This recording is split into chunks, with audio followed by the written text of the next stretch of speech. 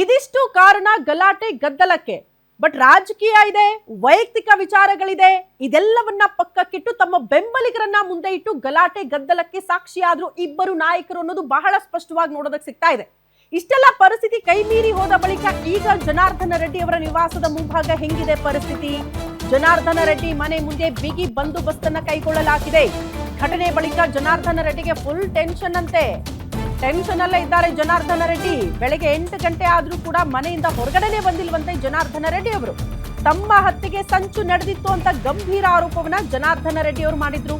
ಮನೆ ಬಳಿ ಸುಳಿಯದ ಜನಾರ್ದನ ರೆಡ್ಡಿ ಬೆಂಬಲಿಗರು ಯಾರು ಕೂಡ ಬಂದಿಲ್ಲ. ಪೊಲೀಸರು ಬಂದ್ರೆ ಬಿಡ್ತಾರಾ? ರೆಡ್ಡಿ ಮನೆ ಬಳಿ ಭಾರಿ ಪೊಲೀಸ್ ಬಂದೋಬಸ್ತನ್ನ ಸದ್ಯ ಕೈಗೊಳ್ಳಲಾಗಿದೆ. ಜನಾರ್ದನ ರೆಡ್ಡಿ ಮನೆ ಮುಂದೆ ಈಗಲೂ ಕೂಡ ಪೊಲೀಸರ ಸರ್ಪಗಾವಲಿದೆ. ಒಂದಂತೂ ಬಹಳ ಸ್ಪಷ್ಟ, ಜನಾರ್ದನ ರೆಡ್ಡಿ ಅವರಿಗೆ ಯಾಕೋ ಈಸಿ ಆಗ್ತಾ ಇಲ್ಲಪ್ಪ ಬಳ್ಳಾರಿಯಲ್ಲಿ ವಾಸ ಮಾಡೋದು. ಇಷ್ಟು ದಿನಗಳ ಕಾಲ ಬರಕ್ಕಾಗ್ತಾ ಇಲ್ಲ ಅನ್ನುವಂಥ ಬೇಸರ ಇತ್ತು. ಈಗ ಬರೋದಕ್ಕೆ ಅವಕಾಶ ಇದೆ, ನೆಲೆಗೊಳ್ಳೋದಕ್ಕೆ ಅವಕಾಶ ಇದೆ. ಬಟ್ ಬಂದ ಮೇಲೆ ಈ ರೀತಿಯ ಕೇಸರೆರಚಾಟಗಳು, ವೈಯಕ್ತಿಕ ವಿಚಾರದಿಂದ ಹಿಡ್ಕೊಂಡು ರಾಜಕೀಯ ವಿಚಾರಗಳನ್ನ ಹಿಡ್ಕೊಂಡು ಈಗ ಒಬ್ಬರ ಜೀವ ಹೋಗುವಂತ ಗಂಭೀರ ಆರೋಪಗಳಿದೆಯಲ್ಲ. ಬೆಂಬಲಿಗನ ಜೀವ ಹೋಯ್ತು ಬಿಡಿ, ಜನಾರ್ದನ ರೆಡ್ಡಿ ಅವರ ಆರೋಪ ನನ್ನ ಕೊಲೆಗೆ ಸ್ಕೆಚ್ ರೂಪುಗೊಂಡಿತ್ತು ಅನ್ನುವಂಥ ಗಂಭೀರ ಆರೋಪ ಮಾಡ್ತಿದ್ದಾರೆ.